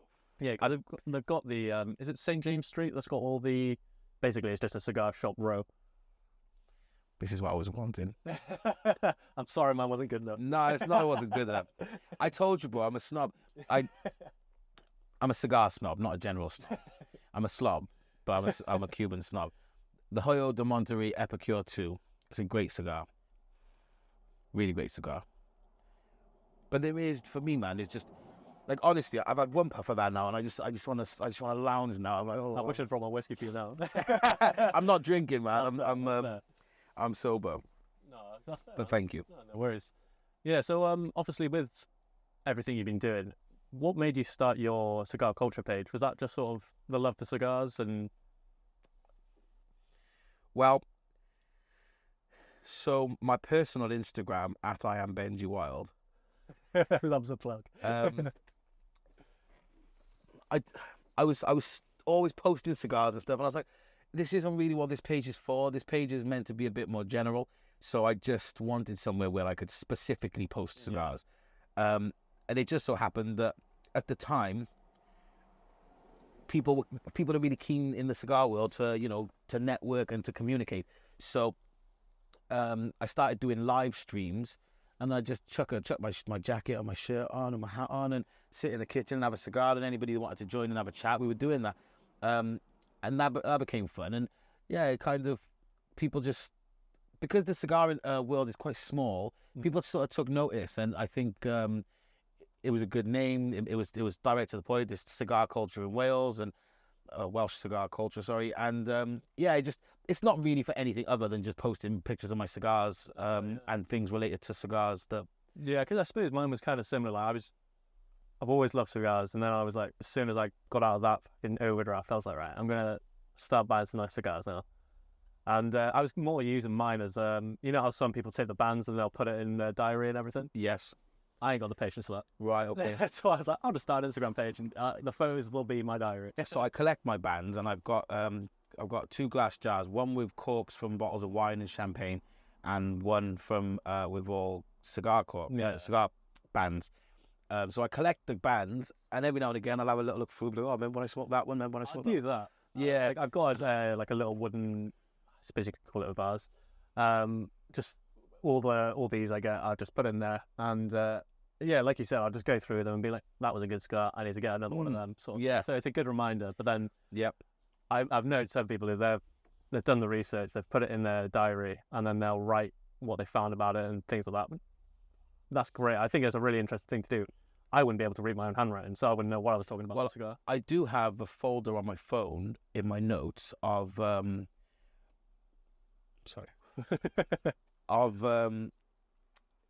so I've stopped doing it now, but every time I'd smoke a new cigar, I would review it and score it. Okay. So I'd be smoking it, and I just say, oh, it starts like this, feels like this, tastes like this, and just do a little write-up, just a little paragraph, and then once I'd finished, I'd say, okay, I'll give that so-and-so out of 100. And I've got quite a lot of them on there, but I'm not that bothered, you know. If that's your thing, that's your thing. But for me personally, I just like to smoke a cigar. I'm kind of, I go through the stage where I want to try as many new as I can, and then as soon as I know the few I like, I'm like, all right, this will be good for that day, or like this will be good for that sort of vibe, and then I'm wary of that now, so I can sort of plan for the occasion a bit more. When I first, not first, because I've smoked cigars for years on and off, but my recent so I went to Jamaica. This is where it began. Ask you about Jamaica, actually. I went to Jamaica. I went back to the motherland, and they had really good priced cohibas. I think I paid for a Siglo 6 like 56 quid, the equivalent of. Yeah. And I bought a box of Blue Mountain cigars, which Blue Mountain is a mountain in Jamaica, but they're not made in Jamaica. But I think the people that back them are Jamaican. Yeah. Sorry, I'm struggling. But yeah, so I bought a box of those, and I bought the Siglo 6 and maybe some others. And when I came back, I realized that I'd had this like sort of reignited passion. I really enjoyed smoking cigars out there. So I came back, and that was how I met Sal, because I was looking for a cigar shop nearby, and that's the first thing that came up. So I thought I'd go and pop in there, and that was a great day, because it was a day of discovery. I walked in, and I met this absolutely wonderful guy, who I like to call my friend now, and I just loved the shop. I loved his attitude towards cigars, his passion for cigars. You know, he invites me out, and stuff, and overnight it just became a thing. So I told myself then I wanted to work. So he has one wall of New World and one wall of Cuban. And I decided that I wanted to try one of every brand Cuban. Yeah. I didn't need to try every different Vitola and different blend. So I wanted to try a Hoyle. I wanted to try a Romeo. I wanted to try a H. Upman. Did you see what I mean? Yeah. Because I figured that maybe they are all slightly different, and they are. But the brand, the way I put it is, if you take the branding off of 50 shoes, and you line them all up, but they're either Nike or Adidas, I reckon I could pick the Nikes and the Adidas apart. Even though each shoe is different, there is something that is consistent through the brand. Yeah. So the Epicure 1, 2, and 3, they're not worlds apart. Cohiba the same, Romeo very much the same. You know, they might have a different size and strength, but they are the same leaves. Yeah. So I've been working through, and there's only a couple of Cubans that I haven't smoked now, really. Yeah, I mean, there's a fair few Cubans I haven't smoked, to be fair. I'd say I've smoked more of a variety of the New Worlds than I have the Cubans. But then, which is bizarre, because there's so much less Cubans. Yeah. Oh, I keep saying the same words. Partagas is another one that's great. Yeah. So a guy from up north, really nice dude, he said to me, he's like, oh, I'll send you some cigars. And he sent me like 6 cigars. So it was one Davidoff and the rest were all Cubans. And one was, I think, a Camacho power band. But honestly, like, such a kind thing to do, like Monte Cristos. But he sent me a Partagas Lusitanas, like Michael Jordan's favorite cigar. Yeah. It's a real long cigar. And when I told thin, ring gauge, isn't it? I think it might be like a 48 or something. Oh, okay. Yeah. It's not too small. Yeah. Maybe 46. I don't know. But yeah, you're right in some capacity. But when I told Sal that I had that sat in my humidor, he was like, bro, he's like, that's too good to smoke. I was like, what? He's like, that's a really good cigar. And he was like, you know, don't smoke that. I was like, sorry, bro, but I can't take your advice. Like, now you've told me that, I can't wait to smoke it. Brilliant cigar. Yeah. Brilliant cigar. That's one thing I'll say about the cigar community, is they are the most giving community I've ever experienced in my life. Like, I got, obviously these cigars I brought today, they were from a guy called Scottish Cigar Man on Instagram. Yeah. So he sent down like six or seven cigars. James Drew from Cigar Shack. Don't know if you No, I don't. So weirdly enough, I was starting the cigar thing, and Do you have another cigar? no, I'm all good, mate. You sure? No, you enjoy that one, pal. I won't take that away from you. You sure? Only if you've got lots to smoke at home. No, I don't. That's my last No, cigar. you enjoy them, man. Smoke it. No, I can't do that to you, man. It's all good. All right. I mean, I got this one because I've never smoked one. It's a Zeno. It's just a little. I had the Xena, but so for my first. I'll smoke it, bro. Come on. Too kind, man. You're too kind. Can I grab the left? Smoke the cigar. Well, I'll have to send you some more down in return. Or yeah. But yeah, no, weirdly, I was talking to James, and all of a sudden I was listening to one of his podcasts and videos. Sorry, can I have your cutter? I'm just gonna have to take a bit off. You want the straight? Yes, please. Yeah. But yeah, I was talking to him, and then I was listening to his video, and he was talking about Swansea. I was like, Right. "You live in Swansea, bro?" And he was like, "Yeah." I was like, "I live in Swansea, bro." Oh, so he's called Scottish, but Oh, this is James Drew from Cigar Shack. oh, I see. Sorry. Scott Cigars, Cigar Man is the one who sent me the cigars. Don't worry about it, bro. But yeah, so we ended up talking and meeting up, and like he gave me a few cigars. Like for my, so when I had 2 wedding days for my wedding. I had the wedding day where I just signed the legal documents, didn't make a big deal out of it, and then I had my actual wedding day. Okay. And for when I was signing the documents, he was like, "Bro, you've got to have a nice cigar for your wedding." So he gave me a 35-year-old Romeo and Juliet. No way. Yeah, and I was like 35 years old, 1989. And you know, I do think there is something in the aging of cigars. To be fair, the smell on it was, I can't, to this day, I can't describe. It smells like something I knew growing up, and I don't know what it is. And I've been trying to think of what it is. That's cool. That's sort of nostalgic. Yeah, it was an unreal experience. As much as that was a shame to have to do because I should have done better at the beginning, that was the right thing to do. Yeah. But no, it's just so nice, like how helpful and giving that scum community is. Like I'm at that stage now where I'm like, I've got to start giving back because I can't have all these cigars given to me and not return the favor. All right, well, I'll keep an eye on the post box. Are there any cigars that you are really keen to smoke, or like that you can't afford to smoke, or that you can't find or get hold One of? is Cuban, the Cahibas. What is it? I'd say the majority of them are Cuban that I would like to try just for the sort of, Such as? there's a lot. When you say Cohiba, what, like the Lancero? Any Cahiba I want to Oh, you've try. not smoked any Cohiba? I've not smoked a Cahiba at all. They're not that expensive. No? No, like for like, I think I picked up a Siglo 2 for like 60 quid. Maybe less. In September, I'm going to Montenegro for my honeymoon, and I've heard they're pretty cheap over there. Okay. So I'm planning on. You can bring back 50, so I'm bringing back 50. I'm getting my partner to bring back 50. So Wow, I'll keep you okay. in mind Yeah, when I bring it please. back, bro. I've got I've started a savings account for a Bahike. I'd really like to, like, I've smoked a Siglo cigar. I smoked a few Cohibas, but I want to see what the hype's about. Yeah. A cigar's a cigar, and 500 quid for a cigar is pretty steep, but I like them. Yeah. So Sal has got a box of Cuban Davidoffs, but like, Davidoff is another one I would love to like. but the Cuban ones. Yeah, they're rare these days because they've moved down to Nicaragua, didn't they? Yeah. Yeah. But yeah, because I think if they're Cuban, that means they're coming up to 4 years old, roughly, isn't it? Yeah. That would be an interesting one to smoke. And I think it's like over $1,000 for a cigar. So I was toying around recently. I had a few conversations about. It turns out it's a terrible idea, but I was thinking, is there a scope to do like to start up a finance company that was, obviously you could finance anything, but that was aimed at the cigar community. But I asked a few people what they thought of it, and I think me and you spoke about it. and every single person I spoke to said that's a really shit idea.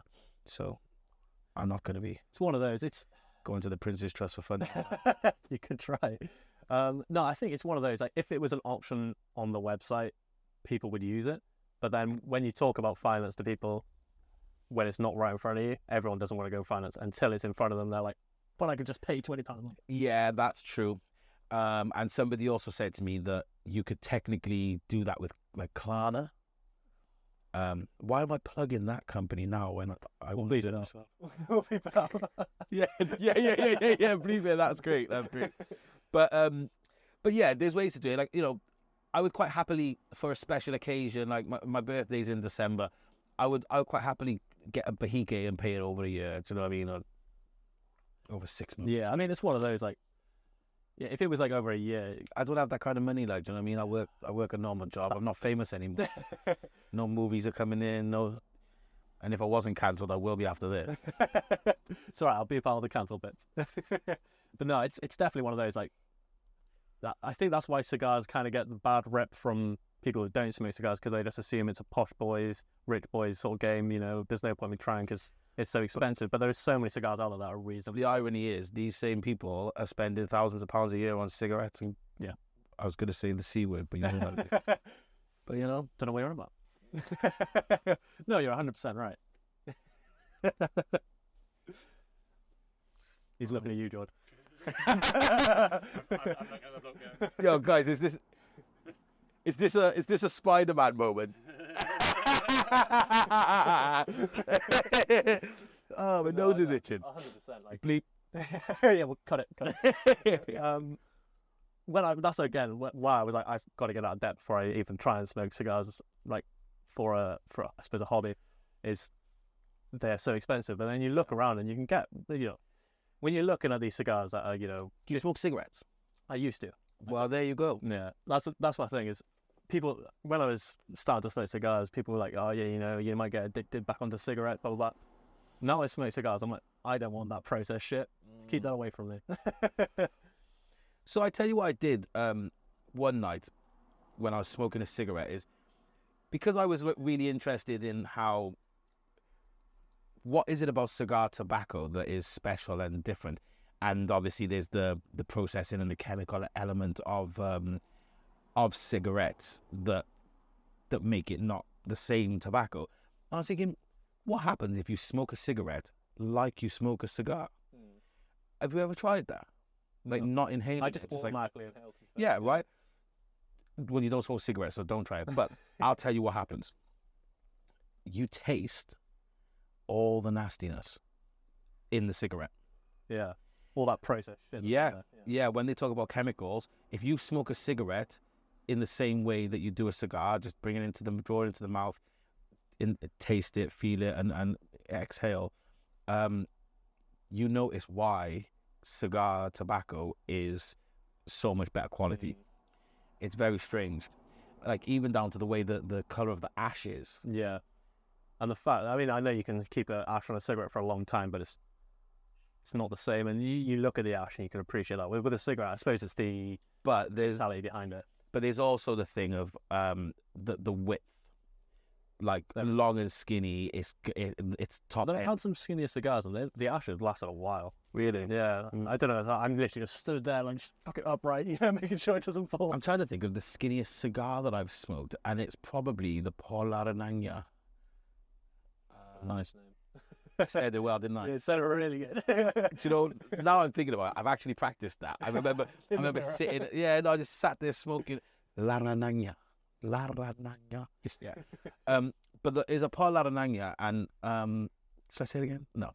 I can't remember what it's called, what model it is, but it's quite a long, very thin Vitola cigar. Really nice cigar, actually. Yeah. But I prefer a thicker cigar. I feel more masculine with a thicker cigar. And I like a longer cigar, like that Partagas. Like when you hold it, it's like it feels like it's going on forever. I call it a snooker cue out your mouth. I really like that. You know, it gives me something. See, the weird thing is about smoking this. So I don't know if it's because of the cigar I smoked earlier, but so I smoked the Zeno. Is it the Grande? Basically the big old boy, and there was no spice to it at all. It was very creamy, like very smooth. Like I'd say a very light cigar, even though it's light to medium. But now I'm smoking this, I'm getting that spice. But whether that's because of the cigar I smoked earlier, I'm not 100%. Okay. But How does that taste? real nice. I've never tasted a Zeno. I'm gonna have to bring some Zeno. I'll bring him a big old bomb. No, dude. To be honest, I got that just as an extra. So you're more than welcome to Thank it. you. And it's not the one that I actually wanted to try. I wanted to try the, I think it's a Robusto. I think so. Anyway, I'm not a professional. That's one thing I'll always say. I'm an enthusiast, not a professional. Yeah, I'm a lover, not a. I like that. aficionado. I think that gives your brand real authenticity. Yeah, that's the thing. I'll hold my hands up. I will stumble over words and sometimes probably sound like I don't know what I'm on about. But for me, We're not getting paid to do this yet. Yet. I'll bring you in when I'm getting paid. Yeah, man. But no, I mean, for me, sitting there with the cigar is just like so relaxing, so nice. You get the taste and everything. I like doing a little bit of research, but I found I've done less research in the past 2 months when I've been smoking the cigar. And it's almost been given it a little bit more because I'm not trying to, can I taste the cream? Can I taste the coffee? Can I taste this? Yeah. You know, because other people, when I'm not tasting it, I'm like, shit, I don't have a palate.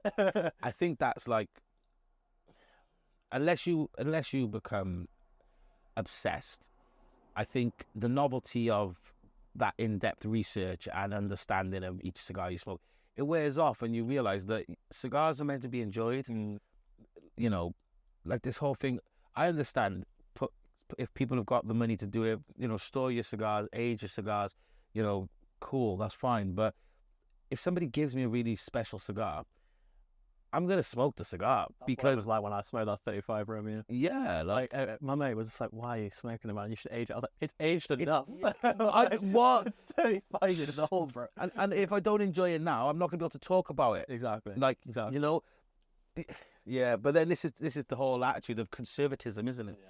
Like, you know, it is though, isn't it? I'm a glutton when it comes to anything. If there's something in the fridge, I'm eating it. If there's a cigar, I can see.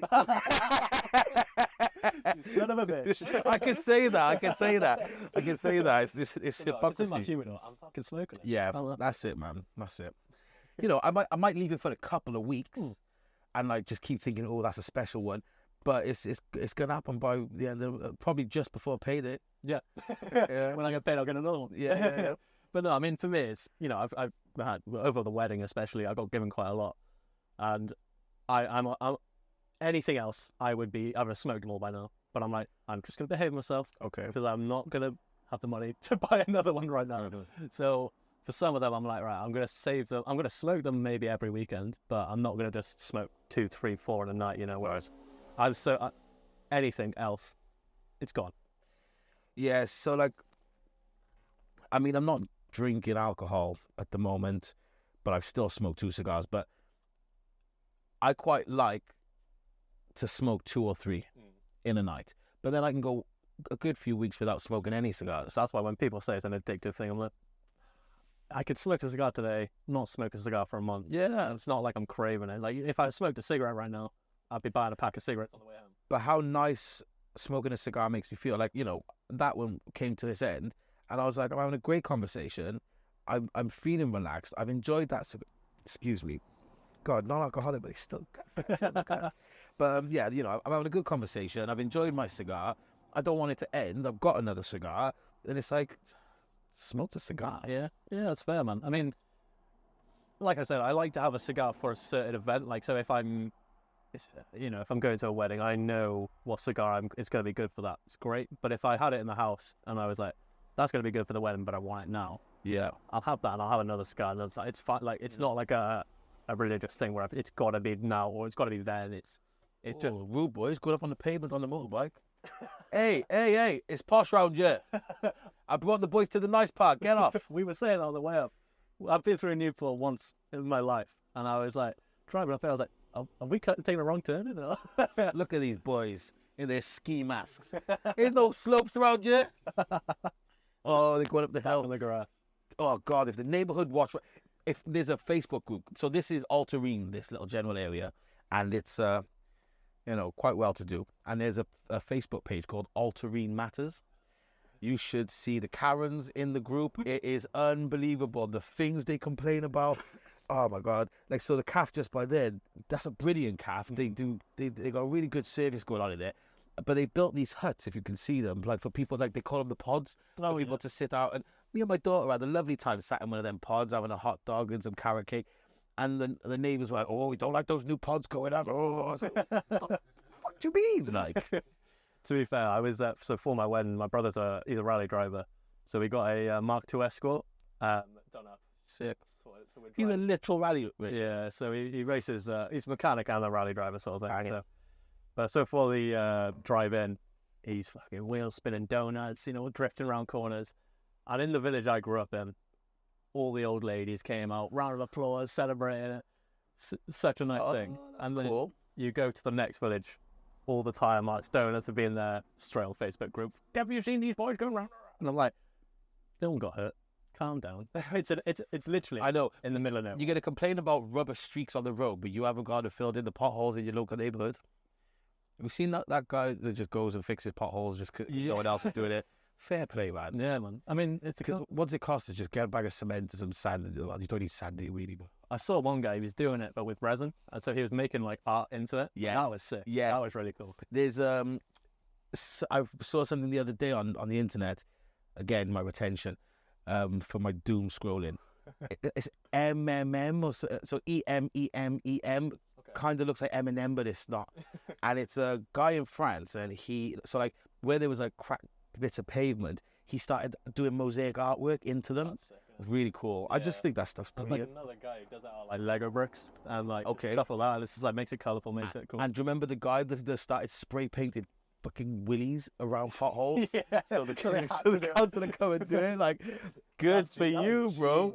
Here you go, have a cock. Yeah. I mean, that's the thing. Can you just imagine if they'd come, not filled the pole, but sprayed that off? It's like, what? Oh. Double entendre. if they'd have said, so what were you going to say? If they had driven by and taken away the spray paint and not filled in those potholes.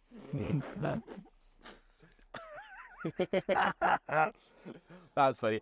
I like the one as well where the guy, he's a graffiti artist and he's done some graffiti on a wall and some guys come and painted over it. Then he's done it, and eventually he's made the guy paint, because he didn't paint the whole wall. He just painted the patch and it stood out. So he sprayed another bit and he's covered that. He's like, and then the one day he spray painted the guy painting it over it. Man, creation like that, like, you know, such a good sense of humor. I got a lot of time for that. Yeah, that's stuff, creative stuff like that. I love it. And you see it and you're like, oh, I wish I could do something like that. And I'm like, I'll try to draw something and it'll be like, all right, I need to paint over this myself.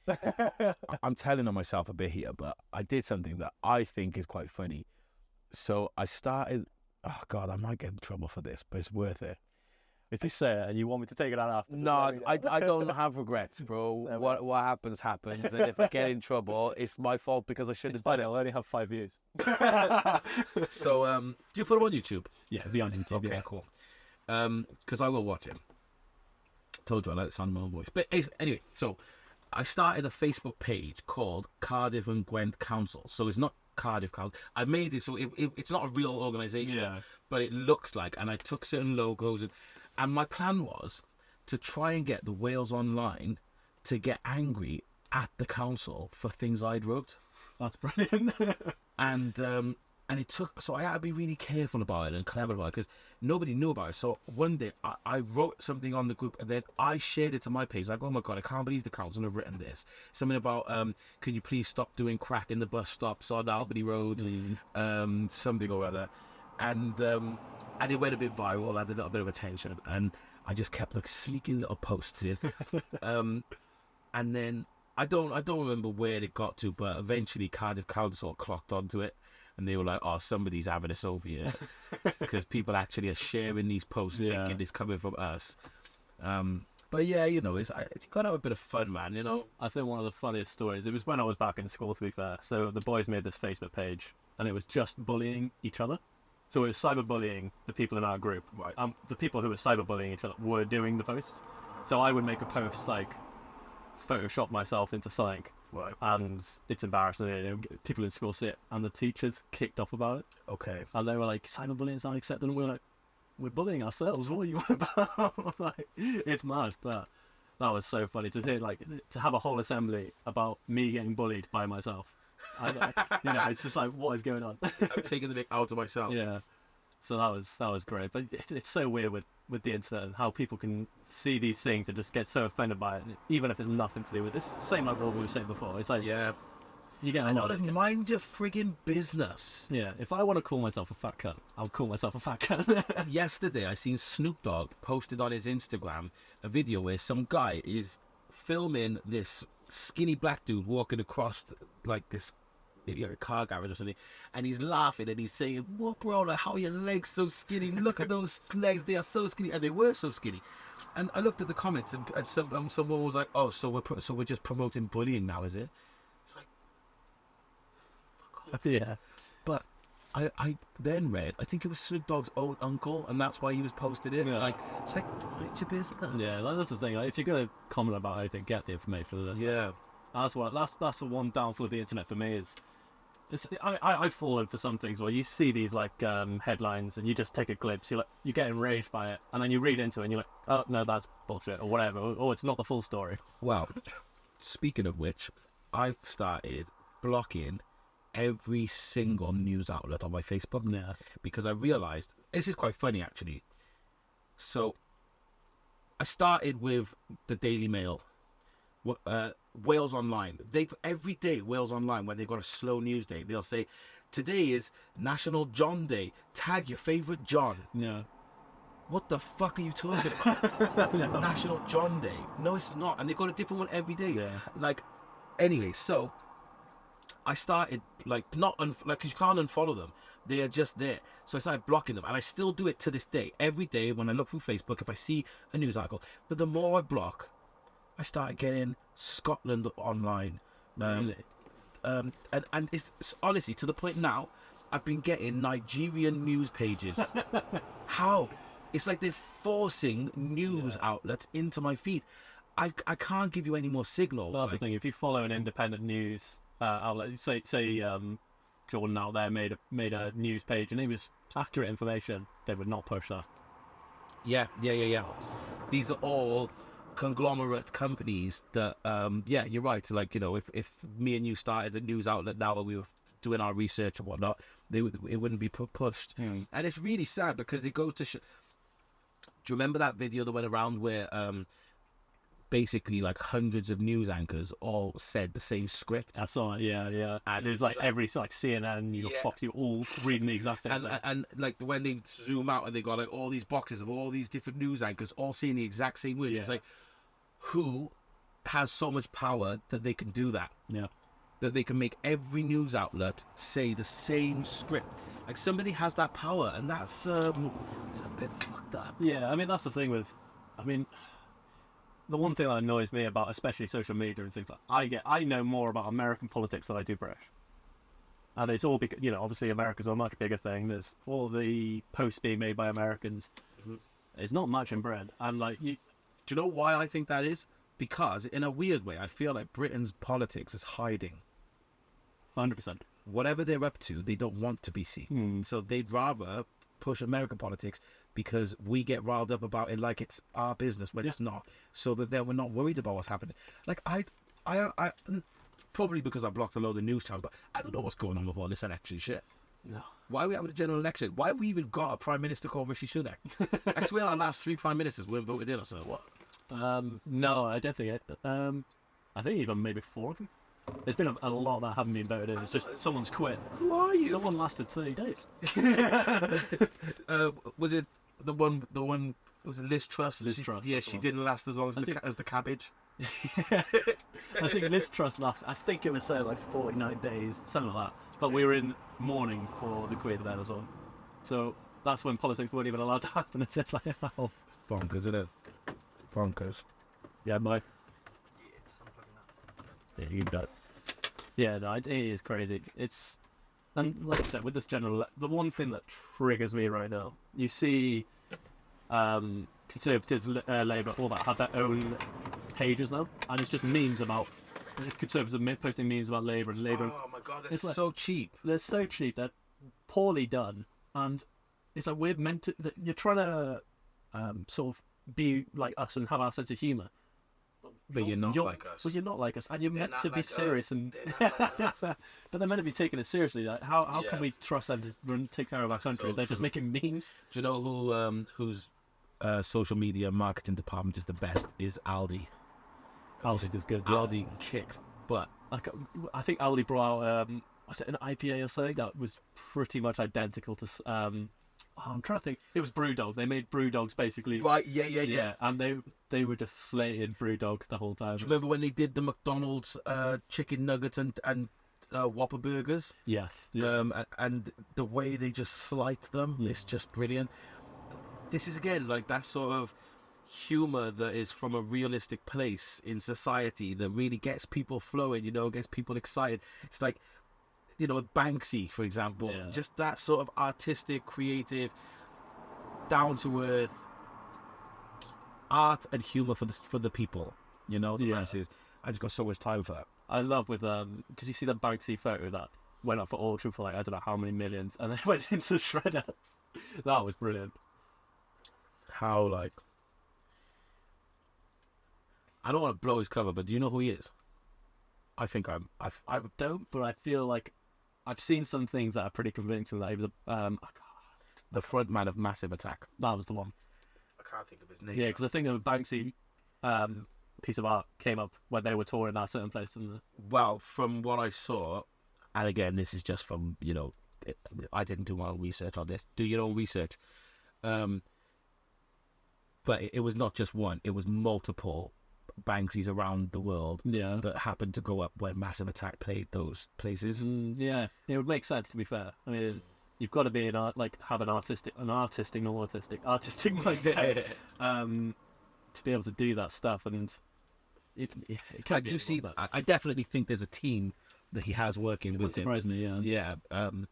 But yeah, you know, Banksy as the individual, I'm pretty sure is. I can't think of his name now. It's probably best that I don't remember. Yeah, because I haven't done the dirty. Lots of respect. Do you remember Banksy's Dismaland? So it was in, what's it called over there? Bristol. There's another beach town. Brighton. No. Western-super-Mare. Yeah. So down Western-super-Mare, Banksy basically put on this big exhibition called Dismaland, and it was like a sort of piss take of Disneyland, where everything was just a bit like morbid and shit. Yeah. And part of the whole experience was that getting tickets was a joke. Like, so I couldn't get the tickets online. But then people were saying you have to just turn up and you can get tickets there. Yeah.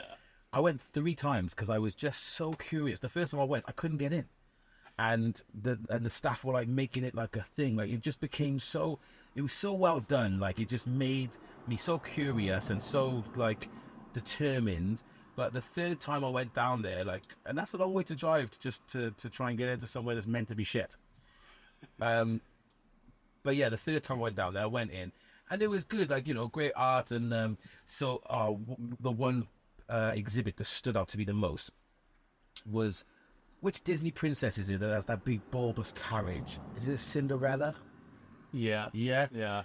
Cinderella, but the carriage has crashed. So it's the carriage, like literally life-size version of the carriage. And Cinderella is hanging out of it dead. Like, where it's just like... So they basically turned... Oh, my God. Very hard-hitting, you know. Yeah. That's the thing. Like, stuff like that is, you know, that people, like, especially the royal family and things like that, would maybe get pissed off about, but you could just know, even if they didn't touch shit, yeah, well, the government would try and shut it down just because they might get pissed off or something. You know, it's crazy. What do you reckon about Diana? Pregnant? Well, have you seen the comparison between Harry and her tennis coach? Yes. What's his name? It's that ginger army guy. I can't know, that's Harry made his name. It's his dad as well. I can't remember his name now, which is annoying. I'm usually good like that. But Hewitt. Yeah, James Hewitt. So, again, do your own research. But I did see a thing that said that it's not possible because she didn't take up a relationship with him in tennis or whatever until after Harry was born. Could be playing tennis behind closed doors, you know. She was causing a racket one way or Oh, I know she was. But no, it's one of those, like, you just seeing that photo, it's like, he doesn't look like his proper dad. So. And the fact he's been like exiled, like banished from the kingdom, and the way that I hate seeing the way that people go at Meghan Markle online. Yeah. I just don't understand it. I just don't get the uproar. Like. I mean, to be honest, the royal family has no impact on my life regardless. So why would I get annoyed about her marrying in or whatever it is, what they're picking to have a go about? But like, it's just such a weird situation. Do you remember that time when they had an election to decide whether we went to a certain war? Was it the Iraq war? Yeah, after the Afghanistan war, they were America wanted us to go into Iraq with them. And we had a vote all across Britain to say yes or no whether the people wanted to go to war. And the results came in. We didn't want to go to war. And they said, okay, but we're going to go to war, though. we kind of got to go to war. It's like, why did you waste all that money? Yeah. And why did you even ask me? It's like if your girlfriend or your wife, asks you like, you say to her, what do you want for dinner? And she's like, if she asks you what do you want for dinner, you're like, steak and eggs. And she's like, no, I fancy a Chinese tonight. Like, why did you ask? Why That's ask? a regular conversation we have in our house. I can imagine. It's normal. But like for the government to do it, like don't ask an entire population of people what they want, and then when they give you an answer, say, but that's not what we had planned.